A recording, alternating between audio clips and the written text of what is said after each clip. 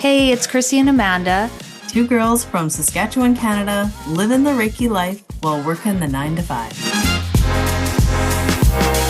Hey everyone, welcome to Living the Reiki Life. You're here with Kristi and Amanda, and we're so glad that you're joining us today. And you know, summer is upon us, which is always an amazing time here in Canada, especially Saskatchewan, because our winters are so brutal. So summer is like definitely a time where everything comes alive and people are out and about and just spending time in nature and just all the things that like really light my heart up. But yeah, let's talk about like what's going on.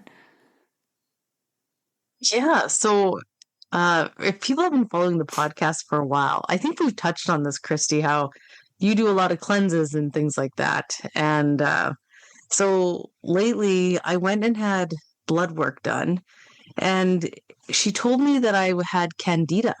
And I was like, okay. But she said it in such a nice way, like, oh, yeah, and you have a little bit of candida. So I didn't really like take it very seriously. I was like, all right. And then I went and saw a lady, and we're actually going to have her as a guest on the podcast. Her name was Flo, and she looked into my eyes and read my irises of my eyes. It's called iridology. Am I pronouncing that right? That's how I've been saying it. Okay, I cannot for the life of me get that. And she was like, you are full of candida. Like she said it to me in such a way that I listened and I was like, oh no. Okay, now this is the second person who's told me this. I went to her for fertility, and then I went to her for my neck flaring up. So having this really crazy energetic whooshes going up my neck and like all the way to the top of my head. And so, anyways, yada, yada, yada, yada. I've never been one to cleanse, but Kristi always does. And I've always kind of been like, ugh, why do you do that to yourself, right? As we were talking. So, anyways, I've cut out like the sugar and the flour. Oh, the sugar. It's crazy. It's in everything. But like all the white stuff, like breads and pastas, white rice. And it is crazy the difference that I feel by doing this. So my dreams, since we're talking about dreams today, have been better. My sleep, I'm actually sleeping pretty well. I'm only waking up like a couple times through the night, which is like really minor, and I'm sleeping really well now. And this is only 2 weeks in, or maybe even like a week and a half. And all my neck flares are from like a 9 to like a 4. It's crazy the difference already that this has made. Oh, and you can't have coffee. So I'm having like the smallest amount of coffee. And then I'm having dandelion tea. I find that's the best one to help offset because it's so bitter. But even my readings and my Reiki is going really clear, right? Everything just feels lighter in my body, which is wild because I was doing so much self Reiki, but really I wasn't getting to the root of the issue because if I'm still crushing the things, and I love all things in moderation, I've always been a fan of that, but I really needed to just get this into check. And I've never had anything like this, but it really kind of explains other moments of my life. So I'm really happy to be doing this cleanse. And I can ask Kristi for like moral support and advice because she's so familiar with just doing things like this. So that's always nice. Yeah, it's a big like lifestyle change. Like it took me a long time to cut it out because like I was like at a birthday gathering on the weekend, they're all having cake and it's just like, oh, it looks so good. And my mom is like the best baker. And she had like rhubarb cake and then the chocolate cake. And it's just like, you know what? I don't want to feel crappy after eating this. So it's like I've just gotten used to just passing, like, you know, just like, okay, nope, don't need it. And it just kind of becomes more, I don't know, more easy, I guess you would say. But then when I do have sugar, oh man, it like, I can feel it everywhere. Like it interrupts my sleep. I have brain fog. Like it's just insane. And sugar is in everything. Salad dressings, barbecue sauce, like, yeah, if you check the labels, it's pretty crazy, but it's definitely doable. And yeah, it helps just clear that mind, and clearing like the physical body, of course, helps every other body, like the emotional, the mental, the spiritual, they all ripple into each other. So it's like, if we're heavy into one, like you were treating your spiritual body, now you're treating the physical. It's like, yeah, those two are going to marry together and things are going to start to shift and move, which is really cool. Yeah. absolutely. It is really necessary. And I think about other Reiki clients that I've treated who's had, like neck pain and things like that, right? It's a really common one, especially if our throat is blocked. It's going to turn into a physical sensation in the neck. So I'm like doing oming noises with the back of my throat, right, to like vibrate that out. And that really did help. So if you are having any kind of issue with that, make a really deep om from the back of your mouth, even with your lips closed, and just breathe like that. That really does help. But like this, getting to the root of what I'm eating and putting in my body has been the best thing. And then Reiki complements it, which is Yeah. great. Just helps even expedite things even faster. I think that's why I feel so much better so quickly, is because I've been Reikiing myself along with it. So Ah. really getting things to move out.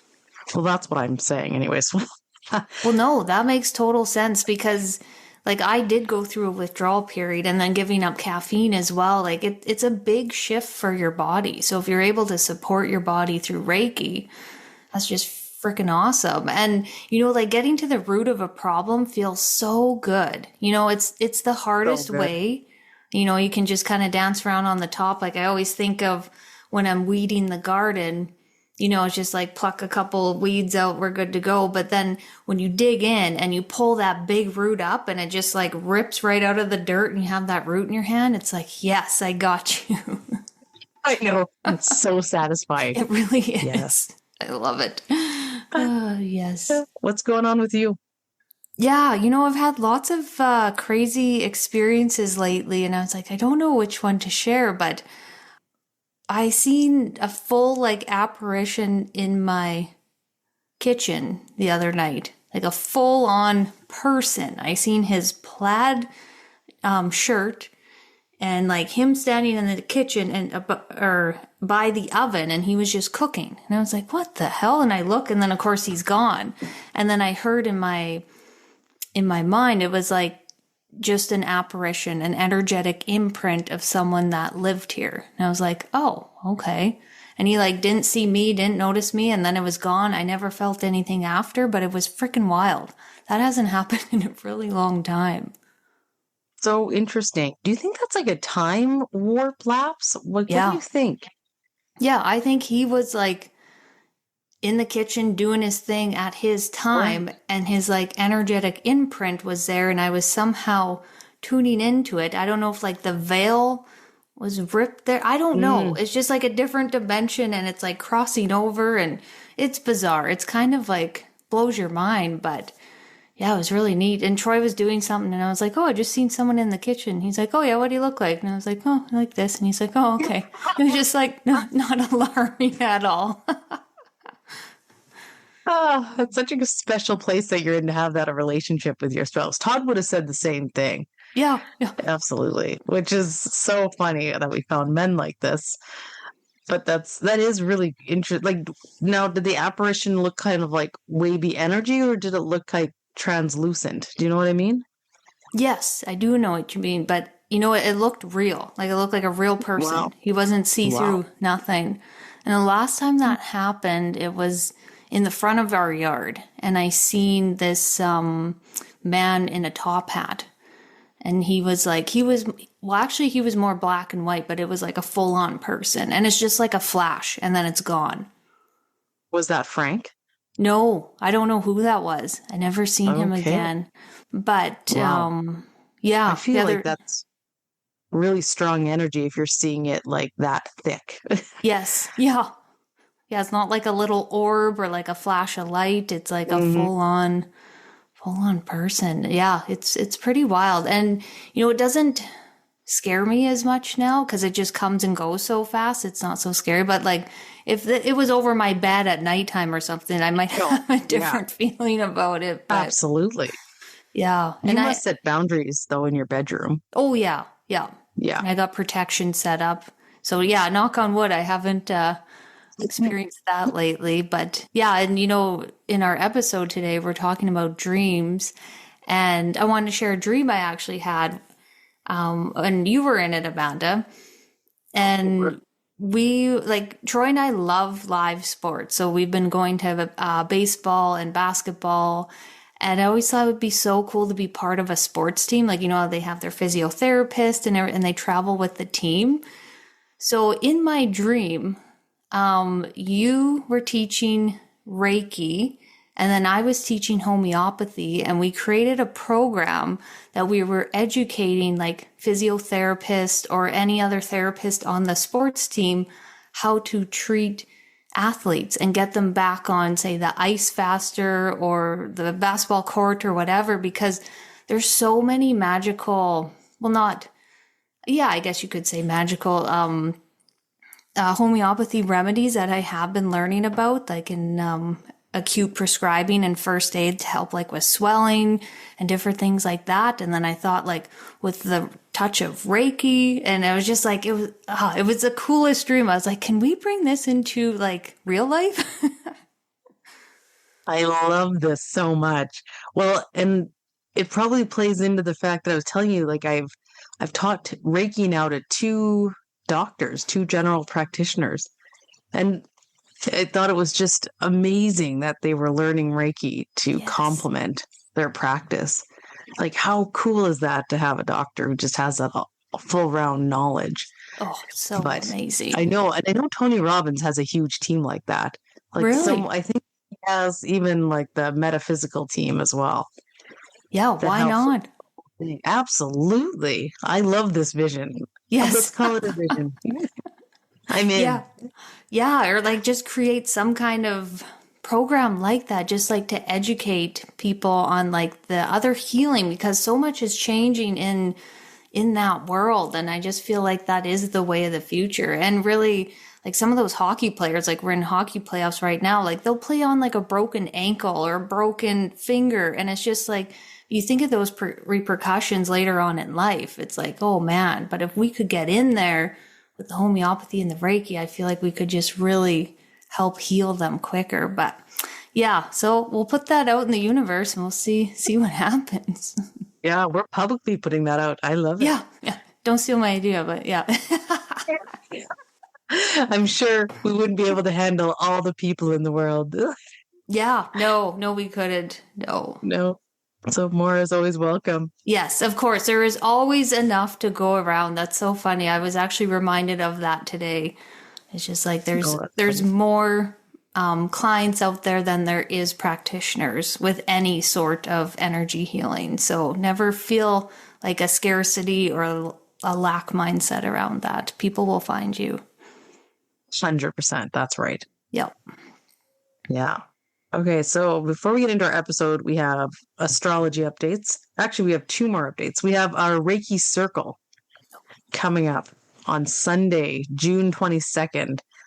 So we wanted to make it more time friendly for some people who live in the UK or other places like that want to join us. So come join us. It's $8 Canadian.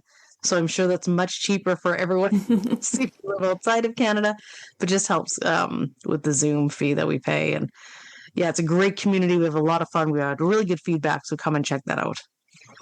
Yeah. I would love for anyone to join us. They're so much fun, and I love meeting new people that I normally wouldn't meet any other ways. So yeah, definitely come by. Mm-hmm. So just before the Reiki Circle on June 20th is actually the summer solstice, and we're big on celebrating the change of the seasons. It just feels like such a magical time. And, you know, I don't know if a portal opens or what happens, but it just seems like the energy shifts, and it's just a really good day to be intentional and invite different things in, because it is the longest day of the year. And it's when the sun reaches its highest and most northern part in the sky. So in the northern hemisphere where we are, this is summer. And there's so many different ways to celebrate. Of course, is like going outside, being with nature, doing something with like that represents the sun and the fire. So even like lighting a candle inside and doing like a fire ceremony, like safely, of course. And, you know, even doing self Reiki that day and just like really focusing in on that solar plexus chakra. That just feels like the one that needs the love on on the solstice. Because if you think of the solar plexus and the sun, like I always relate those to each other. Yes, for sure. I agree. Yeah, and I thought it would be fun to do a card spread.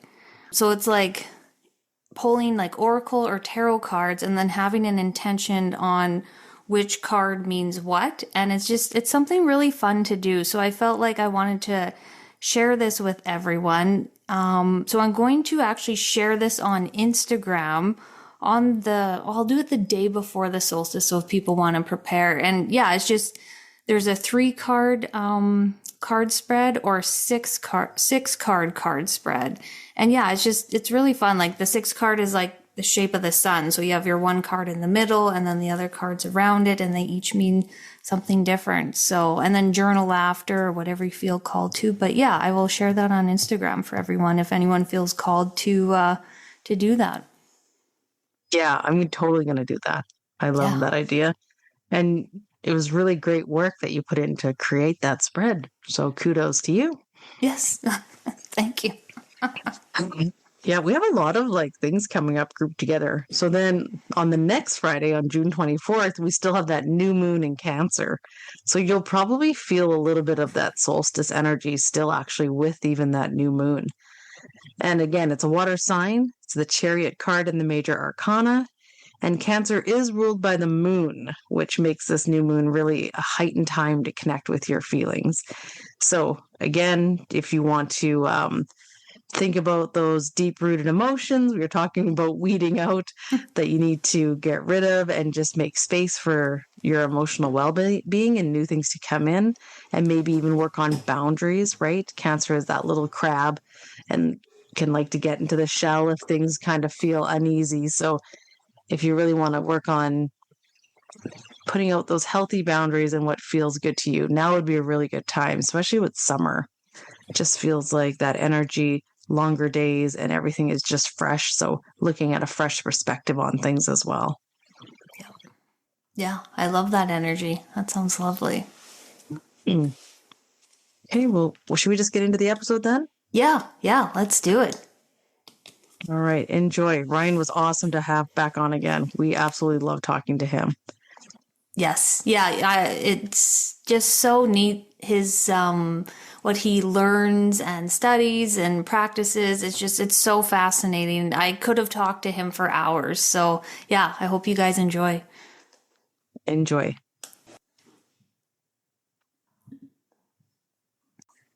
Kristi and I recently had Ryan as a guest on our podcast, episode 39. If you want to go and check that out, you can catch some of Ryan's backstory. It's so good. Highly recommend. And we dove into astral projection. And it was such an amazing conversation. We were so excited to have you back to be a guest, talk about dream interpretation. So I know our community that listens to this, they're really into the metaphysical. We love to dive deep into kind of why things are the way they are. What does this mean? And I know Kristi and I dream every night. I have lots of dreams, and Kristi does too. And we really wanted to talk to somebody who does dream interpretations. I know, Ryan, you offer this on your website. You can help people decipher what their dreams are and what they're having. And we're really excited to have you back. And thank you so much for being here. Yeah, no problem. Thank you for reaching back out and having me back on. This is awesome. Yeah, I really like being on your podcast. You two are excellent hosts. Oh, well, thank you. Thank you. Yeah. What have you been up to, Ryan? Like I've been actively following your YouTube channel, and I saw your latest one about should everybody be able to astral project, and I see you're still really on that. I love that so much. So what have you been up to? Yeah, surprisingly enough, not a whole lot of astral projection stuff, but it's funny, before this podcast, I actually was just shooting part 2 of that video, and I hope that it's good. I'm gonna try not to be a bit of a control freak and post it anyway. But yeah, I've been learning other skills, other skills, but all of them have something to do in common with telekinesis, the thing that I've been trying to figure out for like the longest time. And fortunately, it's had me comb through different areas of my practices whether they're ones that have already been pre-established or me having to learn from other mentors just to get my energy a certain type of way so that I can truly understand how to connect to an object and move it like it's a part of my imagination. That's a very easy way of explaining all of this, but I had to learn a lot. I'm learning Merpati Putih, which is an Indonesian martial art that specializes in energy awareness. They can literally read blindfolded. They move through obstacle courses blindfolded. They can do a lot of detection with nothing. They don't see anything. It's really cool. And I'm learning from an Indonesian native that was in the military. And he's an old man, so he knows his stuff. I've been making sure I'm reaching out to people that really understand what they're talking about so they can properly tell me. But, you know, when it comes to sensing energy of things, that leads into so many different areas too. Because I have another person that's going to be helping me with that as well. And he can do a similar thing, but he uses chi as a way of reading energy from distance. Also blindfolded. He can take a deck of cards, put his hands behind his back, and then count the number of cards down and tell you exactly what the 7th card is, the 5th card, and so on. And he has it show up in his mind a certain type of way, the image. And so I've been trying to like learn these different psychic modalities, but from different people that study different areas of this overall arching theme of vibration. But that's like a little taste of that. There's more, but I don't want to take up too much time on that. Yep. Wow, that is fascinating. And I feel like it's like a lifelong learning too. Like you'll always learn something new, like as you go on your journey. Oh yeah. There's every time I sit down with whichever subject I'm studying at the time, I always make sure to know something new when I get out of it. You know? Yeah. Otherwise, I don't necessarily feel like I failed or anything, but I just notice it's something that makes me feel good. Yeah. Yeah, I always take what resonates and then leave the rest. Exactly. And you know, actually today reminded me of, I think you guys were talking about Reiki last time in your last call.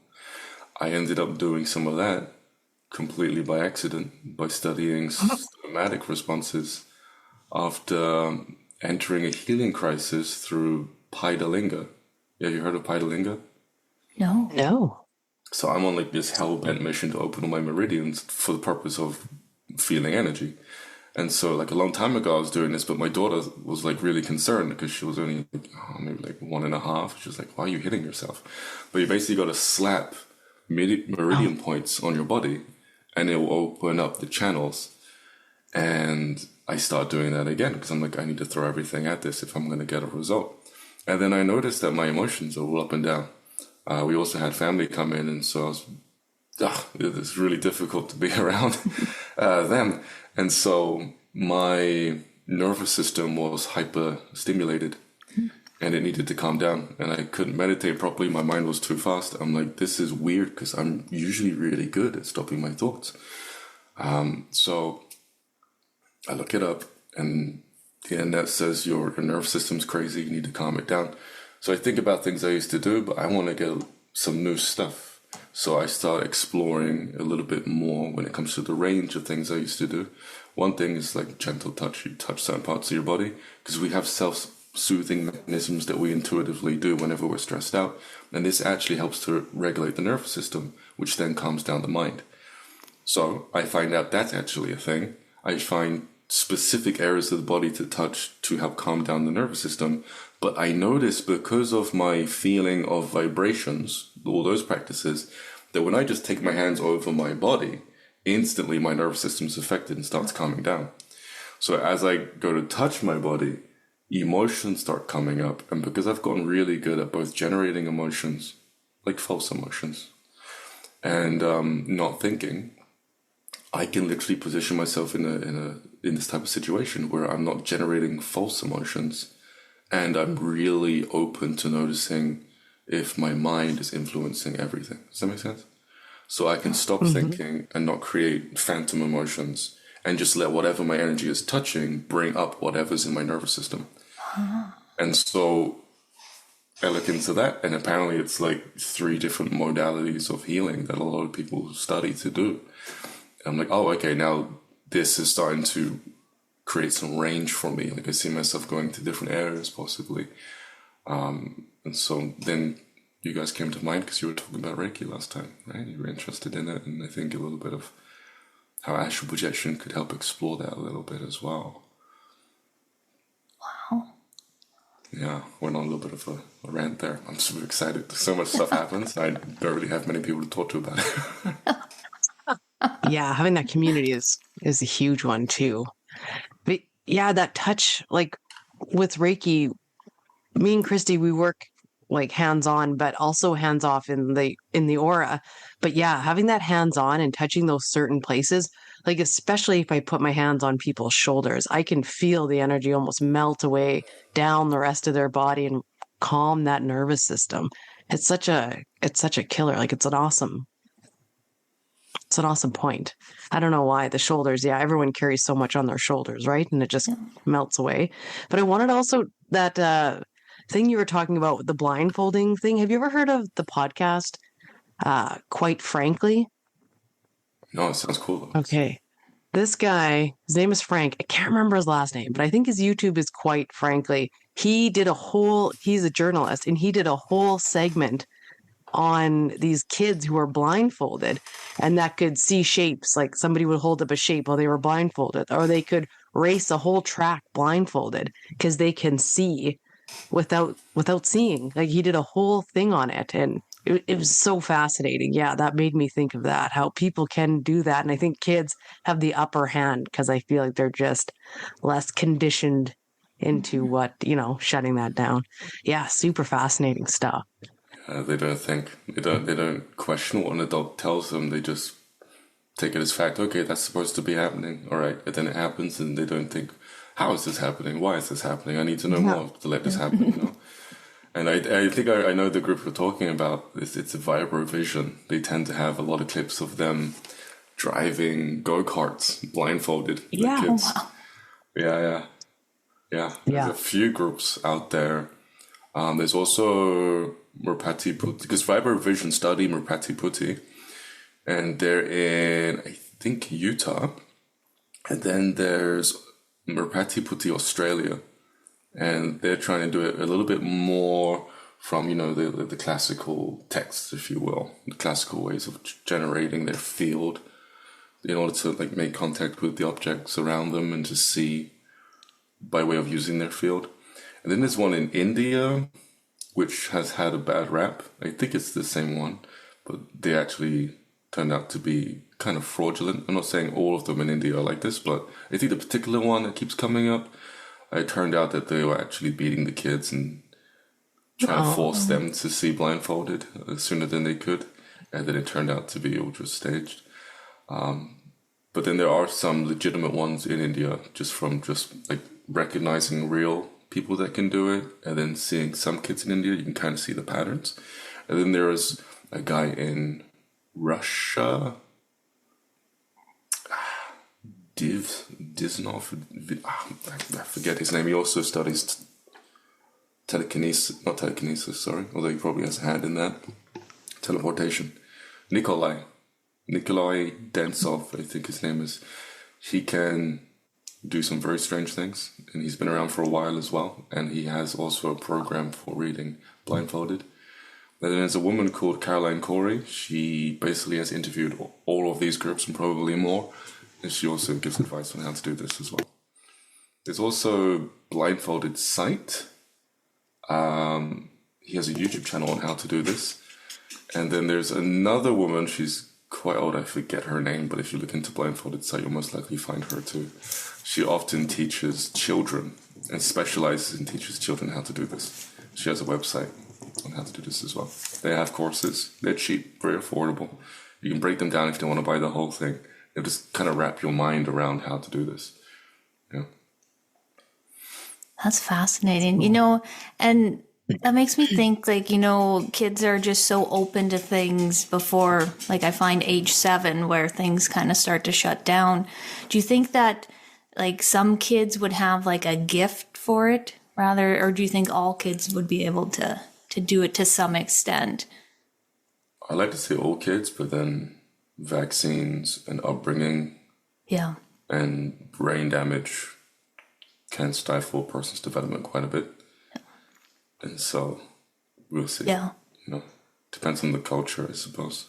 Yeah, that's a really good point too. And everyone's so different. It's just like, with mediumship, I feel like everybody can connect, but some people are really good at it and some people are just okay. Yeah. No. Yeah. Yeah. Yeah, I got to ask you something weird here. Do you ever connect with Merlin, like the wizard, like any of that energy? I wish that'd be cool. Because it's just like I can feel his energy right now, and it's just like coming through strong. So I was like, I got to say something. I don't know. I just feel like you have a lot of like wizard abilities or something. I don't know. That would be cool. Yeah. No, I haven't, unfortunately, played with the wizard side of reality. At least when it comes to like channeling and mediumship. I've usually only ever touched on entity stuff. Some angels that want to pop through, and a whole bunch of spirits. Leprechaun-y type situations, but I haven't, and even some kind of weird dragon stuff. Some people are kind of on the fence with that kind of thing, but wizards haven't touched yet. No? Okay. Well, maybe that's coming up since it came through. I don't know. Yeah, I just thought I'd mention it. It's just bizarre. It's cool though. Oh.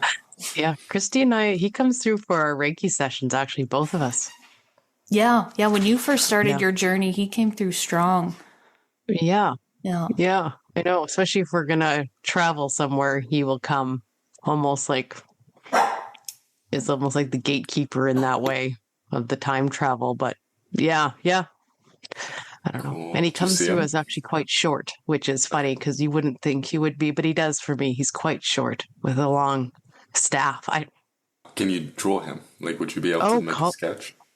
Oh, you know what? I did actually once. It wasn't a good sketch, but yes. I don't even know. I think I did it in this book I have in my Reiki room, but yeah. Yeah, I should try a good attempt at that.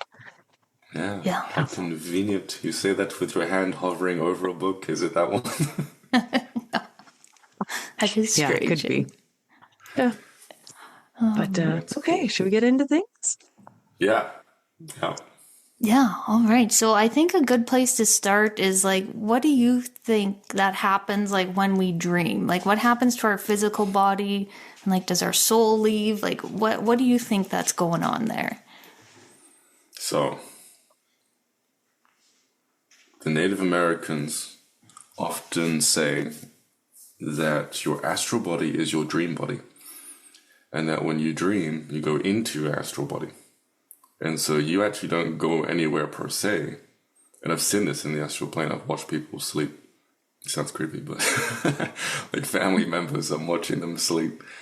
And I'm looking at their astral body on top of their physical body. And it separates slightly. Of course, that's like gonna happen.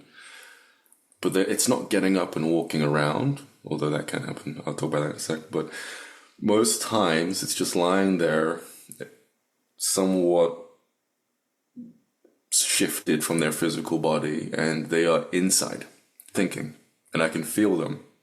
And if I want to, I can push my mind into their mind and see them dreaming.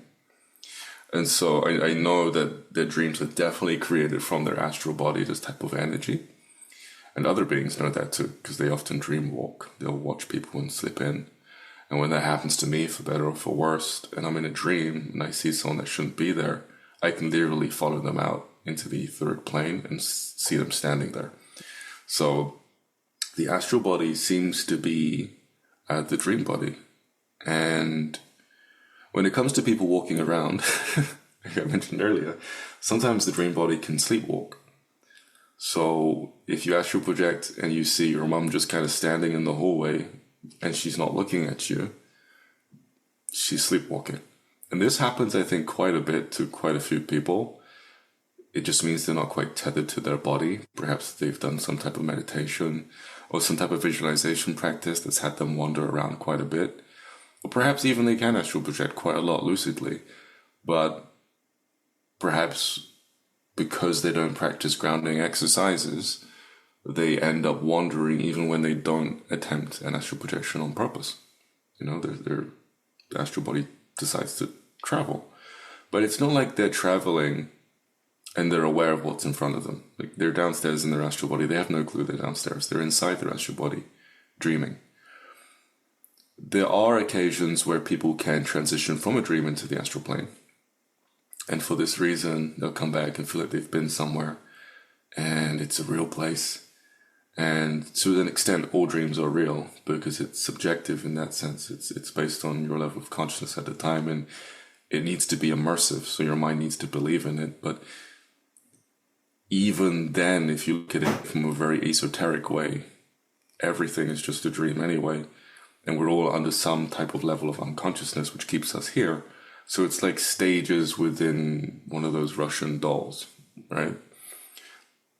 When people ask, is it real, is it not real, it's not really a straightforward answer. There's loads of different answers and they're all pretty much correct. It's based on your perception in the dream.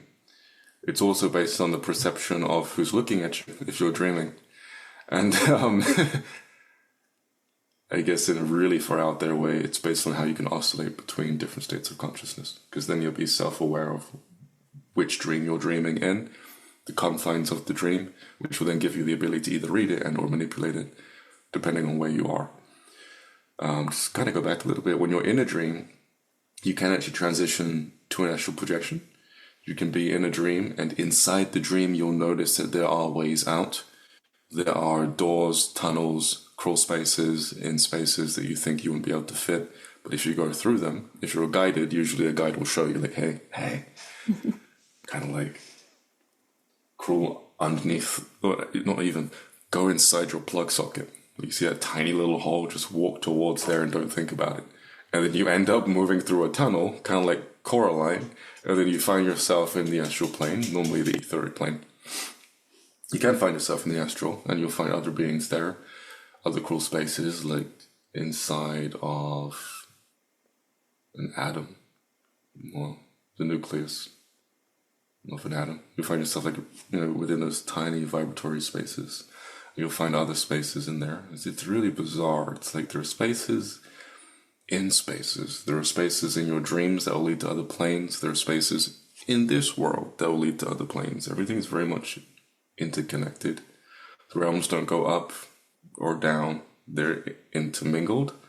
Like I said earlier, it's how your awareness kind of oscillates between these different states that determines how well you know where you're standing, basically. So, yeah, you can go from a dream into an astral projection.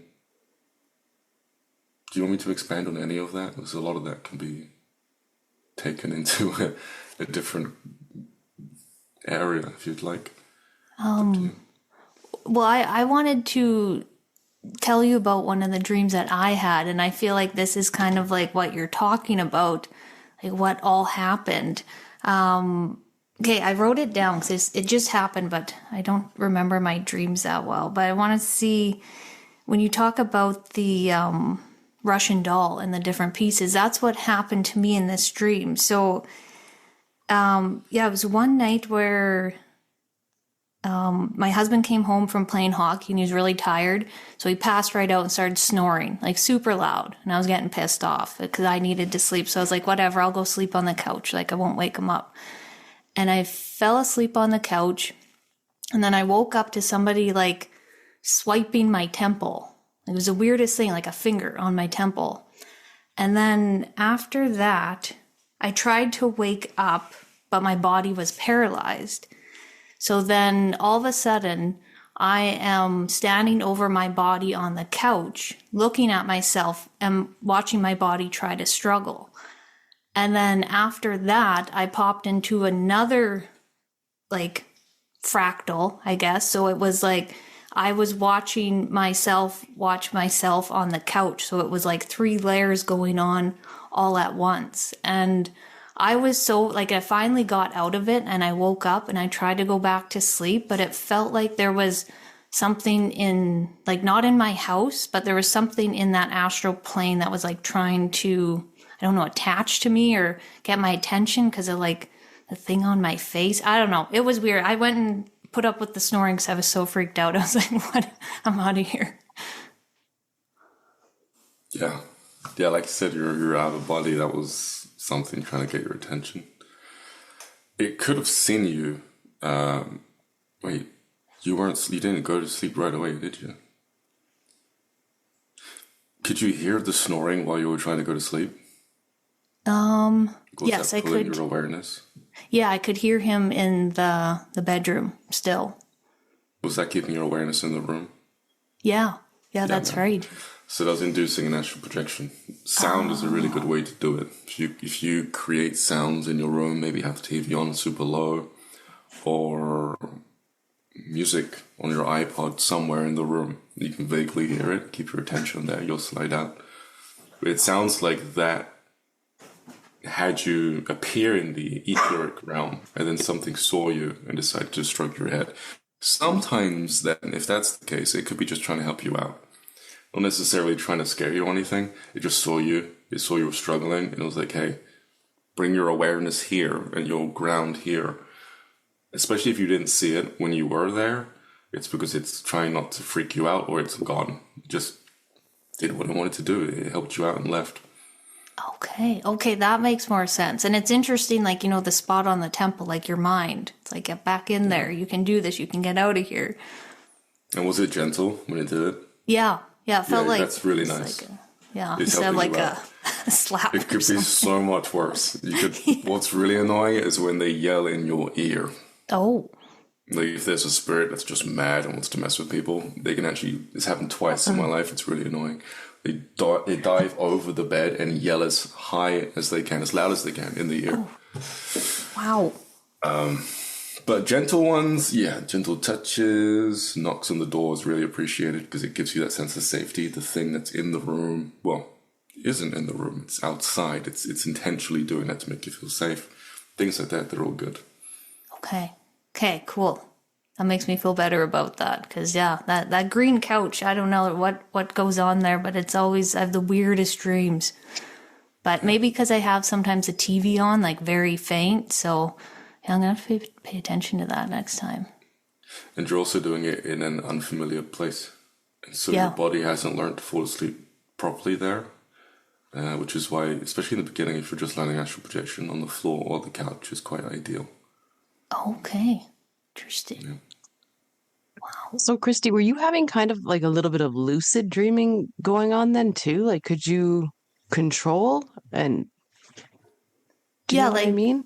Well, I was like aware that when I was looking over my body on the couch, I was like, oh shit, like I'm dreaming, like what's going on here? And I could like look around and see myself struggle, like I was aware. Yeah, so that was actually, it feels like a dream because you're in theta, but you're out of body watching yourself. And also you're using your dream body, so it helps the whole experience feel like a dream because you're feeling that kind of dreamlike energy. But because you're aware and because you're seeing your body and how it started, and you didn't fall unconscious, right? You were aware the whole way through. Yeah. So you left the body. Okay. Yeah. Jeez. That's wild. Oh. So normally, I just want to make sure I understand from what you were saying at the beginning. So when we do fall asleep, would it almost be like our essence or our soul just kind of comes out of the physical and starts going to a different place? And then we have these dreams? So it's interesting you say it like that because there can be such a situation where you're really ungrounded in the body.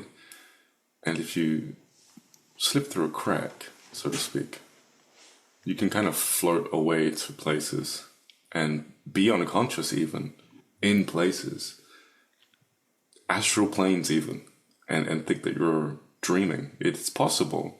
It's not likely. I don't usually talk about it on my channel because a lot of people want to have that type of experience. So they almost always say their dreams are just flat out all astral projections. But like the majority of them are just normal dreams, and it's not a bad thing. You can learn a lot from dreams, which we'll get into later, I'm sure. But there is such a situation where a person can be unconscious and still in the astral plane, not sleepwalking in their astral body, but actually interacting with things around them. And usually, at least in the cases that have been reported back to me, they make a fool of themselves a little bit because they are unconscious. So they'll say things and do things that embarrass them. For example, a student of mine he did what I told him not to do, and he basically started looking at astral projection as sleep, which makes the brain start to frame the whole experience in that way, and then usually takes a person into sleep states rather than astral projection states. But he also learned from me, and so he did a whole bunch of things that I told him to do at the same time. And what ended up happening was he came out half-cocked, he was unconscious for moments, and then became a little bit aware, but then became unconscious again, and he met his spirit guides in this state. It's kind of like meeting the parents of your partner drunk. And he was being shown this tapestry that was made from, I can't remember what it was made from exactly. I don't know if it was sand or blocks. All I know is it was really pretty, and they were telling him to look at it to show him something quite profound and otherworldly, and he, in his impulsive unconscious state, decided to destroy it.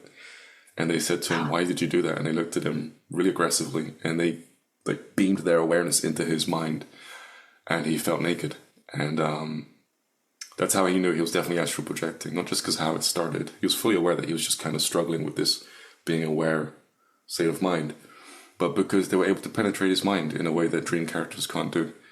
And that made him more aware, and then he apologized. He said that he accidentally fell unconscious, and he's not normally like this. But he said they wouldn't shake that feeling, of you just destroyed something and you're being disrespectful, and it kind of ruined his experience. I said to him, don't worry about it. That happens every now and then, and you just use this as a kind of, a lesson to make sure you're aware before you leave the body, so that you don't end up making a fool of yourself. And I've done it. I've heard more stories of similar people doing the same thing. It's just something that happens in the beginning. Especially if you lucid dream a lot, or lack thereof. Maybe you're just doing dream work in general, so you're intentionally unconscious, and you're coming back and you're noting all your dreams. You're practicing being in this unconscious space. So if you start astral projecting alongside dream interpretation, wires can get crossed, Okay. Mm-hmm. That's funny. It's like you're drunk on the other side and just making silly choices you normally wouldn't if you were awake. Oh, that's interesting. Wow. And if you try to pull people out of their body when they're not able to maintain their awareness outside of their body, they do the same thing.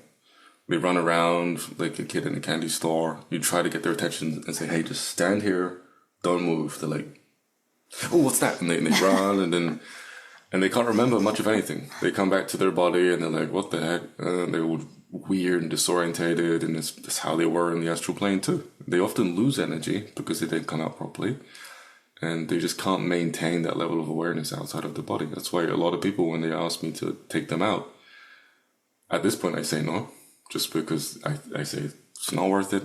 You're probably going to be, unconscious. But in the beginning I was trying so much. I did it so much to people. And same issues. I only had a few people that came out conscious and that were able to report back to me exactly what we were doing. Do you think people can train themselves to remember their dreams? Because I know some people say oh, I never dream. I don't remember them. I don't dream at night. And then I actually grew up with a kid. He used to have nightmares all the time. This is when we were really young. And so he asked, I don't want to dream anymore. And he never did. He hadn't had one since. It's almost like he was so strong, he shut it all down.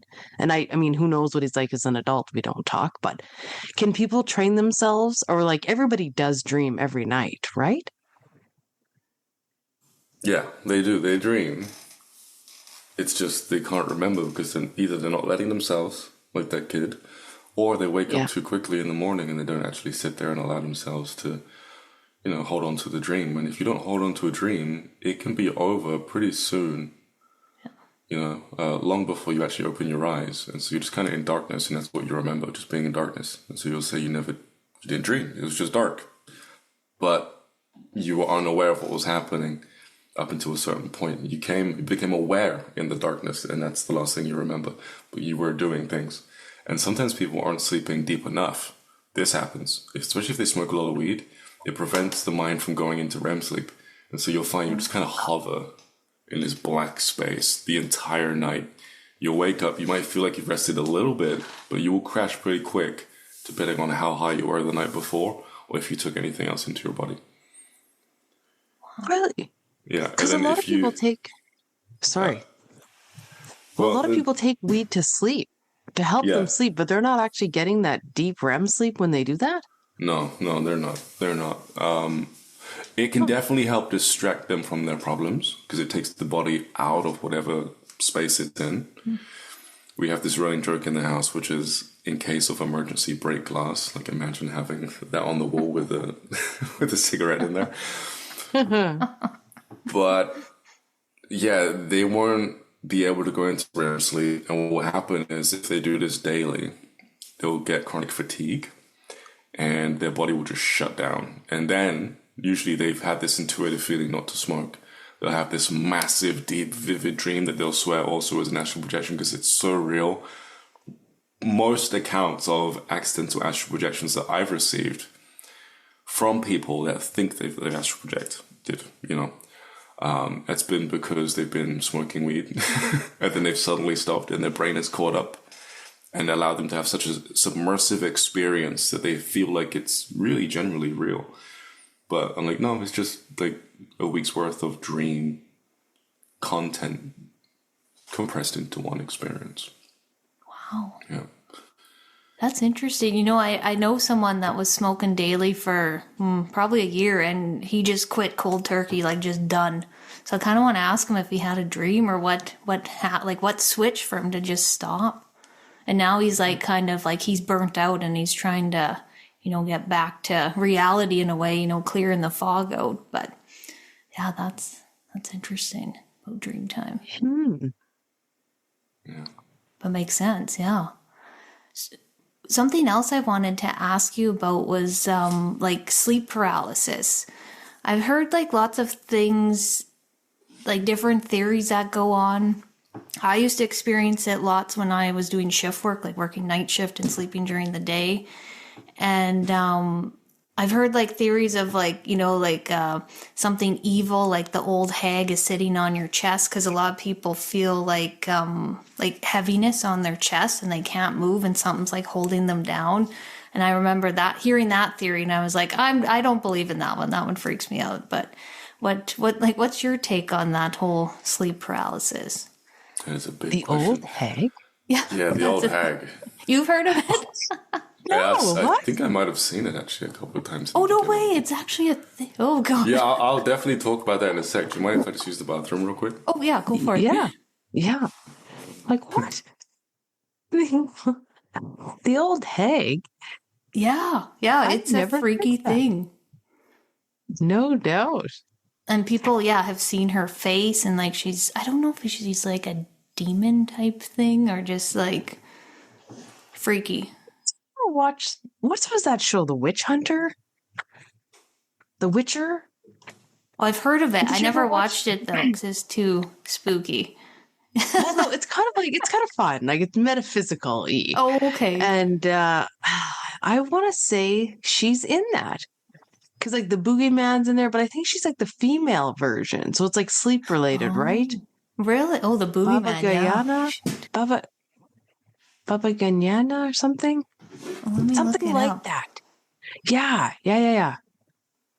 And that's what it made me think it was. But she's kind of like a witch. So I wonder if that's like the sleep witch. Yeah, the old hag or night hag is a term for sleep paralysis, a phenomenon where individuals experience temporary inability to speak. Wonder if there's any pictures of her. Ooh. Demon that visits you. Oh, God, that's an awful... Oh, that was a scary picture. Holy shit. Now your mind has something to pull from. Yeah, no. Oh, my God. Yeah, why did I look that up? That is awful. Okay, there's so funny. You're I seeing always- the one with the thing crouched on top of the person's chest. Yeah. I pictured like when I pictured her, I pictured like the Snow White witch. Oh, Like a little yeah. scary, but not like freaking evil demon type thing. But Yeah. So, for the most part, it's just an egregore. So, a collective belief that has materialized itself as a thought form in the etheric plane. A majority of these will materialize themselves in the etheric plane. There are other egregores that exist in the astral planes, especially ones that are connected to certain cultures, like, what's that river? Is it the river Styx? The river, I think it's in Greek mythology, where when people pass on, they'll put the pennies on the eye so the boatman or the ferry man can take the pennies and take them across the river to the underworld. That place actually exists, and along that there's a giant monkey made out of gold, and there are offerings all around him. It's a thought form.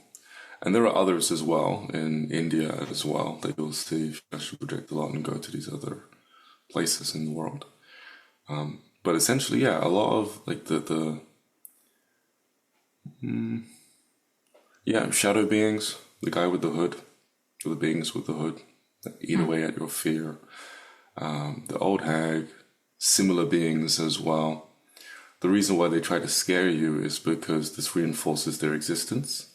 If you imagine everyone being afraid of something, that fear literally materializes it. You can create these by yourself in the astral plane too, by accident. And then when you learn how to do that and how to dismantle them, you'll be able to recognize larger ones created from multiple people, or even small groups that intentionally do this to attack people.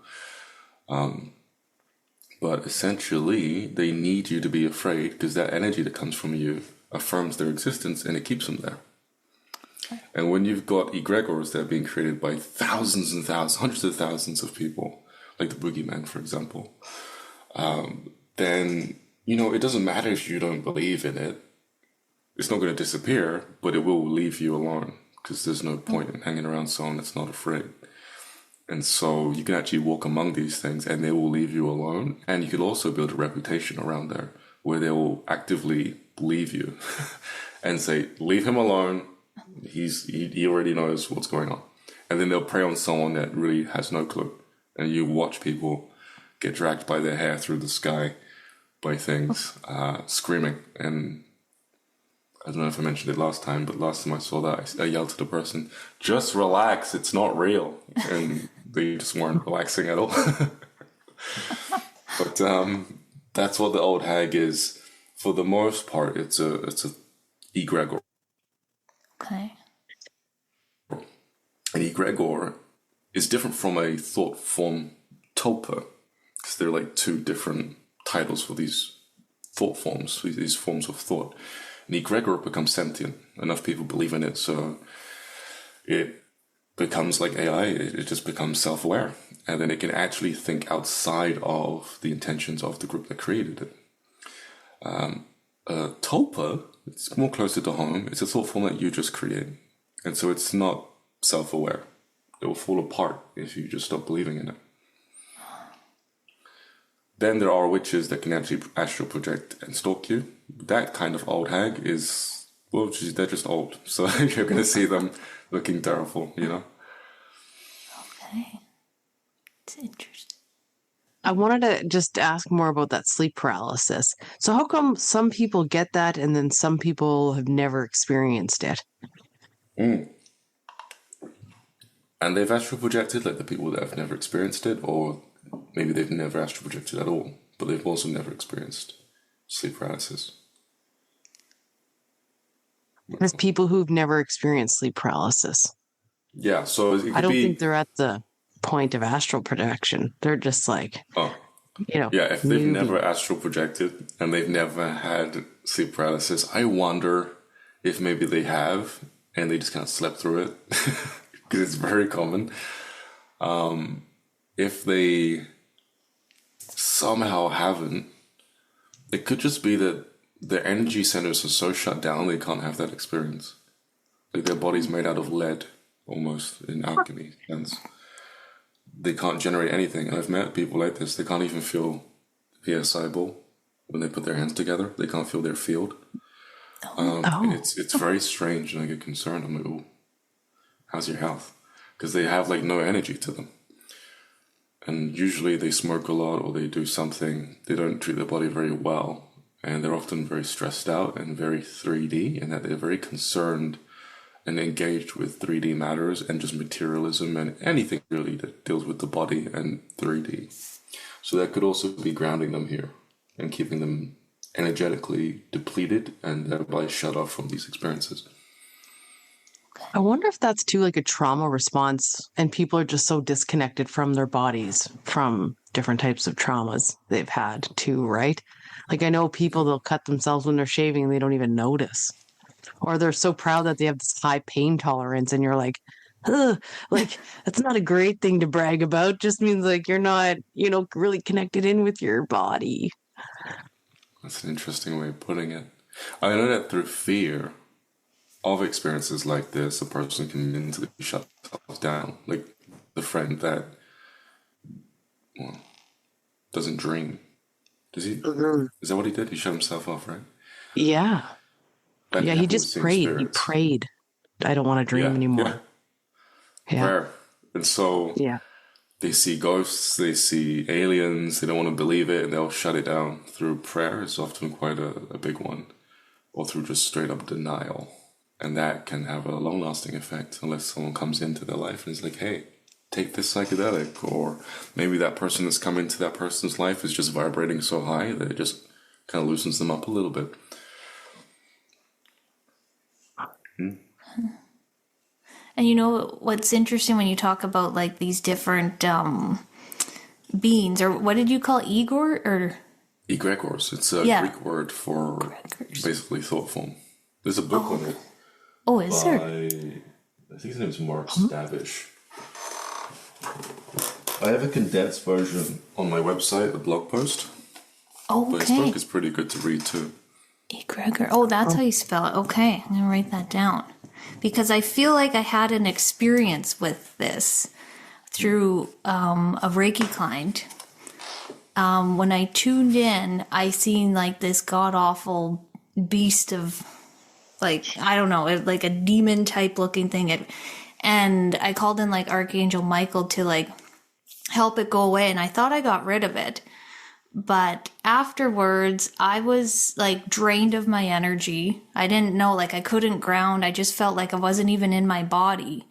And then I was getting like attacked in my dream time. And then my husband was getting attacked. And then I slept at my parents' house one night. And then I came back home and my mom's like, oh, I had that sleep paralysis. She's like, I haven't had that in years. And I was like, holy cow, like what is going on? Like this thing attacked like people in my life, and it was bizarre. And Amanda actually was the one that helped clear that away, and that was like one of our most intense sessions together. Like it was wild. Yes. Yeah. When an egregore, when you're facing up against an egregore, they can do that. They can definitely access people in your life because they're so vast. They can really get anywhere. And usually if you're being attacked by some type of group, they will use egregores because of this reason. It's very easy to get to a person with an egregore. It's a shame, but there is a way to kind of sidestep them, though. You just got to be very aware of how your mind can be pulled. Essentially get really good at Zen Buddhism practices centered around clearing the mind and not thinking, and do that for anywhere from 3 months to a year, or your whole life if you can. And just notice that when you can be in a space where you're not thinking, you'll notice, especially if you're a medium, you'll notice when energies come in and try to pull you. Those are like subscription services to religion, to a particular cult over here, to a particular group of friends over here, or business acquaintances. It's all their energy, especially if you spend a large period of time not thinking. So you're just, thoughts are basically a way of accessing your awareness, what you are, your thing, your essence, even like you mentioned it earlier. If you don't think for a while, you'll notice that your mind will rest and your brain will relax. You'll be centered. So every thought you make will be from your own self. It won't be coming from a subscription service like an egregor's energy. And then when you leave the house, and let's say you just go to Starbucks to get a coffee, as you get closer to Starbucks, you'll feel the energy of Starbucks coming into your field and choosing your decisions for you. And if you step in line, you can get really sensitive. You step in line, you can feel how everyone is connected to the same energy of Starbucks. And they are all playing a role that Starbucks is giving to them. And it's not just Starbucks, it's every little establishment that has an egregor attached to it, because most businesses have a professional egregor above them. Religions have one too. Religions, their egregors, I think, are above professional egregors. And then you have God is at the top, so it's the source of everything, right? People call it universe, absolute. When you're dealing with the level of the gods, very different influence. But the energies in between, they permeate everyone and decide for them what they want to do. I walked into a crystal shop yesterday. I've been in one for a long time. I've severed a lot of my ties to egregors and energies. So when I walked in, I felt like a foreigner in a store where I'd usually feel at home. And I was like, wow, like this isn't my stuff. These aren't my crystals. The smells that I'm smelling, the incense sticks and everything, they're not mine. They don't feel like me. There's no personality attached to them. I feel like I've just walked into someone else's house. And then it brought back a memory of when I was like 6 and I walked into a crystal store for the first time. And I wasn't like bound to that egregor just yet. And everything that comes with it, all the decisions that come soon after, you know? And so, yeah, egregors, they run the show for the most part if you're not aware of them. But if you get really into mediumship or even Reiki, I think can also lead to it, you can pry all this energy away from you and become crystal clear. And you're very astute as to what's happening around you at that point. But a lot of the beings as well that you'll contact through mediumship are also egregors. Through astral projection, you can meet the right Jesus, for example, and then the fake Jesuses out there, the many different cultural forms of Jesus in the etheric plane. You'll meet European Jesus, you'll meet one from Holland probably, Black Jesus, then you'll meet the real Jesus. And the real Jesus has the same description across many cultures, you'll find. He's often much shorter than people think he is, and his head's much squarer, and he's much darker, and his nose, his features are very rigid. And his hair is quite short. It's like, well, it's not like short, but it's not like, it's not touching or going down his back. It's like, you know, shoulder length, just above the shoulders. And so you'll see him, and his energy stays the same too. The egregors, all their energies are obviously different. All the different egregors that come about due to Christianity and Catholicism, they all feel like the people that are feeding them. And they all have the same ideals too. And when you become really good at astral projection, you can read their minds and you can follow the current and find the people that are creating these things. Really good when it comes to spiritual warfare and just finding out who's sending negative things to you. Because you can literally see them. But where was I going with that? Yeah, egregors and mediumship. Archangels too. Michael is one, a big one that keeps showing up. And Raphael. It's very easy to contact their egregors. Very easy. And I would say they've become kind of sentient because they can make some decisions seemingly by themselves. But the way that you want to test them is ask them a question that you asked them last time for a different reading and see what they say. If they can't remember what they said to another person you did a reading for, then it's an egregor. They don't really have a very good way with memory in that sense. It's very strange, but you'll notice that if you are consistently contacting someone that is real or something that is real, they will have the memory of the last time you contacted them and even who you did the reading for.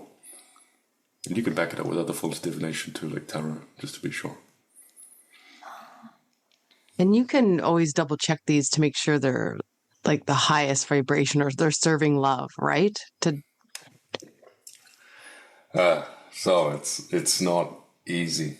Unfortunately, I know a lot of people would love me to say it is, but there are a lot of things that can mask their feelings very easily and bombard you with love, and you think that's all that's coming your way because that's all they're giving you, really.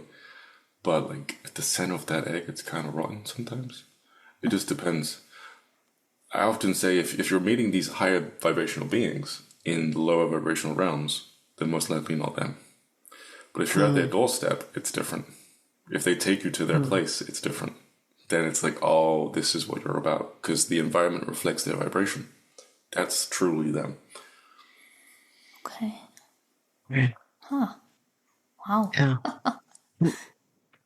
I wanted to ask you one more question, just about dreams. Sorry, kind of getting away from these egregores. Yeah. Kristi had a really good question about dream dictionaries and people having them, and they're kind of generic, wouldn't you say, Kristi?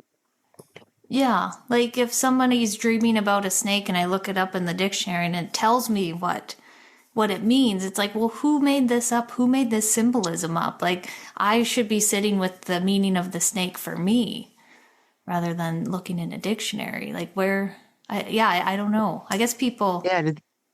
Do these hold value? People to buy these, or dreams are really specific to each person? Like, hence why people can contact you and you can help them figure out, probably by talking to them and see what's going on, right? Usually we do it. I took down the dream interpretation service for a while. I put it back up.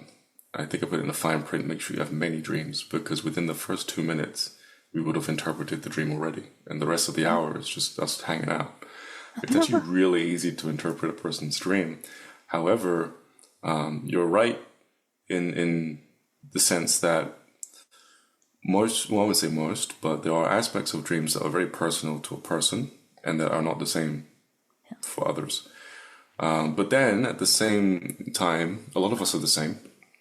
So water is going to mean pretty much the same thing for everyone, you know, especially if it's murky and dirty and you can't breathe under there. It basically means you're losing control of your life and you can't see where you're going. And that's pretty congruent across many different types of cultures. Similar thing with the blue butterfly, although I wonder if maybe that's because we've all similarly heard the same stories of transformation when it comes to a butterfly, or because it's kind of between either meaning transformative symbolisms around a person's life, usually the self, or someone is trying to get a message across to you from the grave. You know, we've heard those two meanings, and so usually when we see a blue butterfly in a dream, we'll think that. But I have come across people, very specific individuals, where it didn't mean that at all for them, you know? And so I think culturally, there are certain things that our minds have just kind of all latched onto and are similar across the board. But then there are other areas, other meanings that we give to things that are very unique to us. And so you need to read the entirety of the dream to understand what really it means for an individual at that point. Yeah. Yeah, that makes sense. And you know what, my friend, she says she uses that Chat GPT for her dream interpretation. And I was talking to my husband last night and I was like, let's just try it out. Like what? Because he's a very vivid dreamer. And so I typed it all out and then like I went through it and he's like, holy shit. He's like, yeah, that makes total sense to me. So I don't know. I don't like relying on a lot of that AI because I find like in a way it's going to start us not thinking for ourselves, but it's just like something I kind of find like, you know, it's kind of fun to ask some things and just see what it says. But I thought that was super interesting about the dream interpretation. Yeah, I've tried throwing dreams at ChatGPT too. And because I've done it without for a very, very, very long time, I was curious to see what it would do. And it, like 26% of the time, or out of the interpretation, 26% of it, I would say, sometimes 15, let's say, is correct. The rest is just straight made up. And I'm like, well, actually, that ain't true because I know what this means in my dream. Yeah. You know, and I would throw at it very complex dreams that I've already picked apart in the dream. If I've looked at it, I know what things are connected to just to see what it says. And so I know that it's not 100% useful.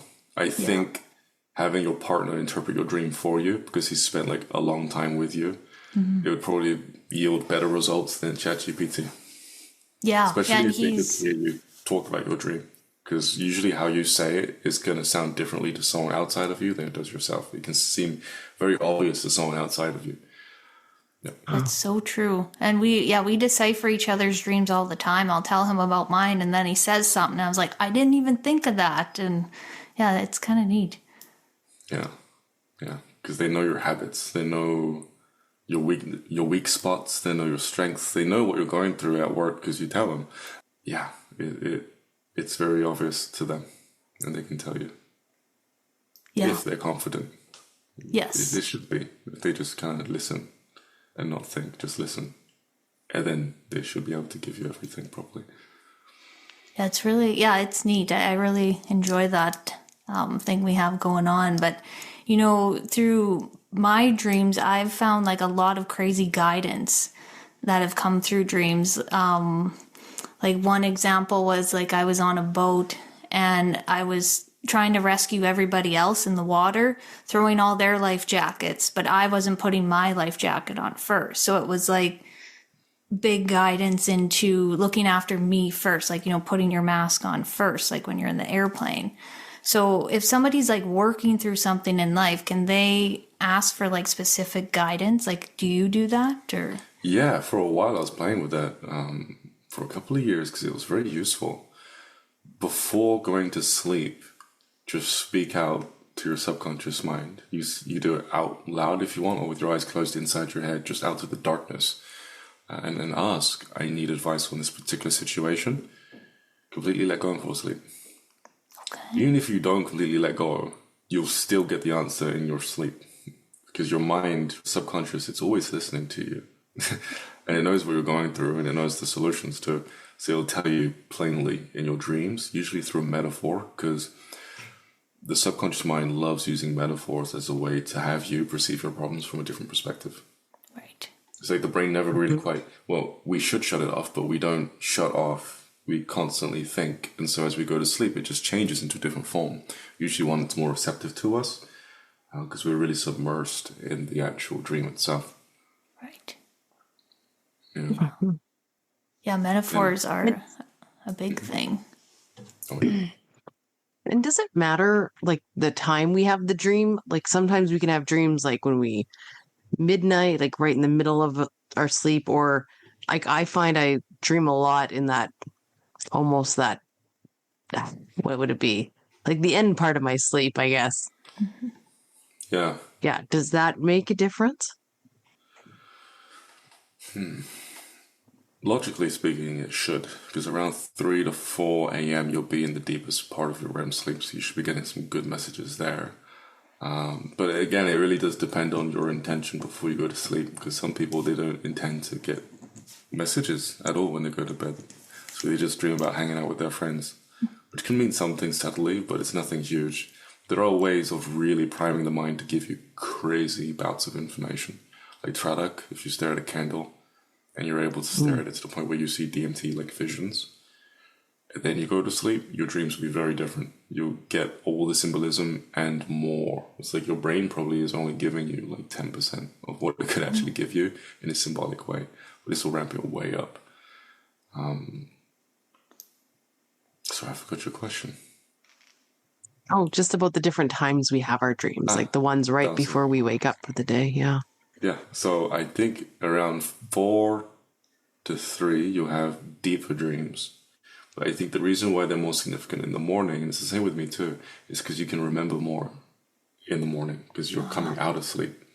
Yeah. And so if you were to wake up throughout the night, which this has unfortunately happened a lot if you have a lot of nightmares, you'll realize that they are actually consistent, the amount of depth, or at least the amount of, not like literal depth, like going into a deep REM sleep, but depths in information that you get will be quite consistent throughout the night. And you can actually do dream interpretations while you're awake, even. You don't have to be unconscious.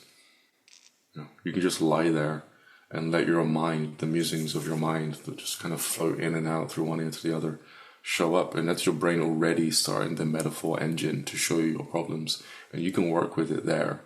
As you see something float by, ask it. Treat it as if it's a person because it's an extension of your subconscious mind. Ask it, what does that mean? Or what does that represent? Or what does this mean to me in my life at this moment? And then you wait for an answer. Don't try to figure it out. And it will show you an answer soon after. If you can do that until you fall asleep, but remain slightly conscious, you can do that in the dream and speak to the dream and have it tell you precisely what things mean.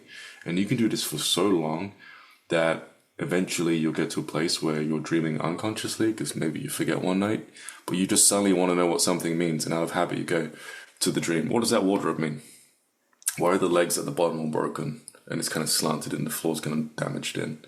You know, and it probably represents something about your past when you were a child, and it's a part of you that's broken that you need to pay attention to. And it will tell you clearly, probably by showing you like a little dinosaur in there that's pristine, but the environment's scary. And maybe it's the door's missing because it's exposed and it feels vulnerable. It will tell you exactly through feelings. Almost, they're so specific, it's like it's speaking to you in words, and you'll just know what it means. And then after a while of doing that, when people speak to you and they tell you their dreams, you're going to be like, you probably shouldn't say that out loud, because you're basically telling everyone everything about you. Especially you'll know exactly what their dreams mean because you're used to doing it with yourself. That's interesting. I'm going to try that. Yeah. Why not ask the questions, right? When something's like going on right at that moment. Another thing I wanted to ask you about, I was talking with one friend, and she said that her son came into her room in the middle of the night and was like, his brother was running up and down the hallway, and he's like, I can't sleep. It's so loud. He's clomping around. And the mom's like, I don't know what you're talking about. And she got up, and her other son was sleeping, sound asleep. So then they all went back to bed. And in the morning, the one son that was running went and told his mom, hey, I was running up and down the hallway all night. I was having so much fun. So it's like what? Like they must have been in the same dream, but then maybe the boy thought it was real, but it was a dream. I don't know. She said it freaked her out. Like she was totally freaked out by the whole thing. So that's actually not a dream. That's not a dream. A lot of people think these things are dreams because they're like, they don't have very clear parameters differentiating the two. But the fact that they were running around the house, they were both astral projecting. They're probably paired up like Bluetooth speakers. They're probably in sync vibrationally. And so they could see and interact with each other in the astral plane. It wouldn't surprise me if he was in the etheric plane, kind of nodding off, thinking he was in real life. And his brother was running up and down in the etheric plane, probably thinking that he was in real life too, if he hadn't already caught on to what's happening. Right. And then, of course, yeah. Especially if they're describing it in such a way, this is really important, if they describe it in such a way that it can give you a sense of realism, in this case space. His description was, my brother's clunking around, running up and down. That doesn't sound like a metaphor. It's not coming from a place of metaphor language.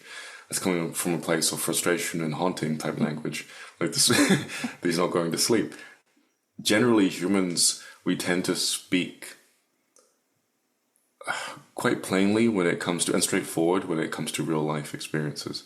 But when it comes to dreams, if it was actually a dream, he'll probably phrase it in ways that are way more metaphoric. Like, we were at a park and the park was upside down. It was like that painting and he's running up and down, but then he disappears. Like, he will use metaphor language. And you're like, okay, that's coming from your subconscious mind. You're dreaming. Okay. Yes. Yeah, that makes total sense. Yeah, light bulb moment just went on about that whole metaphorical thing. Yeah. Thanks for that. Especially about the Bluetooth being on the same. Yeah, that's a good. That's good. Yeah. And that'll make it much easier when your clients come to you as well, when they talk about dreams. Yeah. Because you can know straight away if they're dreaming or if they're astral projecting. Like, nope, wasn't a dream. Oh, was a dream. And sometimes if they're fragile, you gotta know who you're talking to. Because sometimes people really want it to be astral projections. Or, well, actually, most of the time, they want it to be something more. So you got to prepare them ahead of time and say, look, this might be a dream. Dreams are not insignificant. They can be more valuable than astral projections most times. And so then you listen to them and their experience about their astral projection, and then you can tell them if it was a dream or not. Okay. If they bring up astral projection stuff, you know. I love it. There's one more thing I'd like to discuss, if you don't mind. Yeah. Something I was trying to word earlier, couldn't come up with the words, but I've done meditations with people where I've taken them into their subconscious mind, we've gone into areas of dream. So I'm having them actively dream, and I make them walk through their dream structures. And I found that everyone has a kind of architecture in their mind when it comes to dreams. Basically, you would have probably noticed by now that throughout your whole life you have similar dreams, right? Certain people keep showing up in dreams, or certain places keep showing up. And that's all part of your architecture inside of your mind. I used to call it like a mansion, like a dream-like mansion. If you get heavily into dream interpretation, especially from an inside perspective, then what's going to end up happening is you're going to end up scoping out your own architecture in there, what your mind has deemed fitting for your own internal landscape. And so in my case, I have a massive mansion in the front, and you'll never see it from outside.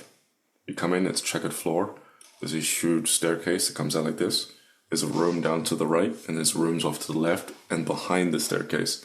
But each room, and even when you get upstairs, will take you someplace different. It'll take you to another dream that I would have most of the time when I was a kid, because that specific dream represents a certain area of my life. You know? Something that kept happening in my life, or emotions or feelings I hadn't dealt with, or perceptions I hadn't been able to figure out quite yet. You know? And even going up the stairs, there's a big glass window, and you can see the sun. When the sun goes down, the terrain upstairs completely changes. And now when you go up the stairs, you're met with a wall with this weird disorientating white and green, almost like diamond-shaped wallpaper. And you have 2 ways to go. When you go down there, you won't find... Well, you will find doors, but you go down there, and for the most part, it's like a maze, as if you were in a hotel room, like a very old hotel room. And if you go into the doors, you'll go into different areas of my mind. Some of them are terrifying. Most people will get lost if they don't know where to go. And people can actually come into my terrain from an astral projection perspective. They can leave the body and come in, and I can take them through. And the same thing can be said for other people as well. You can go into their mind and take them through via astral projection or through hypnosis. You can just talk to them and get a feel for their own internal terrain. And at this point, you'll come to learn that everyone's structure out there is different. And it's really fascinating. I find that to be much more valuable than astral projection at times.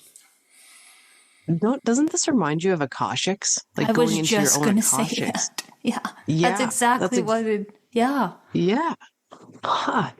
Yeah, because everyone has this like place. And even me, like when I go up there, I have this, it's almost like your mansion. It's like, yeah, here's the front room, and then off to the side. And then I see this like, yeah, wooden kind of railing this way. Yeah, it's so funny. And it's like my place. Like, Yeah, like I've done Akashic or guided Akashic meditations where we go in and then you picture the door and then you're looking at the doorknob and then you open the door and then you see what's in that room, and it's usually some sort of healing that happened in your life, or like a point in your life that you need to heal at that time. So that, yeah. Oh, interesting. Yeah. Similarities there. I'll have to look into that. Yeah. I know. No, I need to, yeah, I would love to deep dive into that. It's interesting. I think we all have this little place, to be honest, whether we've explored it or not. And maybe it is in correlation with like our dreams and going into the other side, you know, up into the other realms. Yeah. There's this, there's a particular place in the mansion. If I come out, it's not a mansion anymore. It's just a field. And there's a tent, like a circus tent. If I go through the air duct, you know, when they put the fan in the tent to blow it up, if I go through it, I end up in an astral plane, and there's a circle. And people are sitting in the circle. Some of them are dead. Most of them are dead. But I've come there twice. Once when I was a child and once when I was an adult. And it's like time is different there. To them, I just kind of left and came back into the tent. And so these places in our mind that we can visit when we're unconscious and we're dreaming, they can lead to astral planes and even other places outside of the astral realm as well. It's just very interesting. We're all connected in some way. Yeah. Yeah, totally. That whole net of collective consciousness is just, yeah, that's just wild. And that's funny you talk about people sitting in a circle. A lot of the time when I go traveling. It is people sitting in a circle in a fire or something's going on and someone's sitting there to tell me about myself, and then somebody else is sharing. And yeah, there's just maybe something symbolic about the circle. I don't want to be too long-winded, but have you ever taken psychedelics and found yourself in the physical side of that experience? No. Remembering being in the dream-like side of the experience. So, like, 10 years from now, you're sat in an ayahuasca circle and you remember being there in a dream 5 years ago. Oh. Or multiple times in the past. It's really bizarre. I bet. Hey, it just takes you back to that space. Oh, man. This was so good, Ryan. We were so excited to have this conversation, and we appreciate your time so much. I loved it. I feel like I learned a lot today. Yeah. Well, again, I'm happy you asked me back. I wish you the best with your teaching, and I bid you all adieu. Yeah. Thank you. Sounds good. Thanks so much, Ryan. I really enjoyed this. No problem. Take care. Yeah, have a good rest of your day. Bye. Thank you. Bye. No problem. And Kristi is going to end our episode today with a card pull. Yeah, and you know it's funny, like I feel kind of nervous. My heart's pounding. I don't know why. That's funny. I guess Isn't that funny how that still happens? yeah, it still does. And you know what? Sometimes when spirit comes in strong, I feel like I do get that heart palpitation happening. So maybe that's what that is. Not my human self. I don't know. Okay, let me bring back focus here. All right, the first card is the Magic of Nothingness. Okay. So I feel like, you know, June is such a busy, crazy month, especially for parents. You know, you're wrapping up the school year and there's just so many different things going on. And just like, I just see like a present getting wrapped up, like chapters getting closed and things being completed. And the magic of nothingness is those days when you wake up and you have nothing on your calendar. So like those summer days are just so important for you and your soul and your family.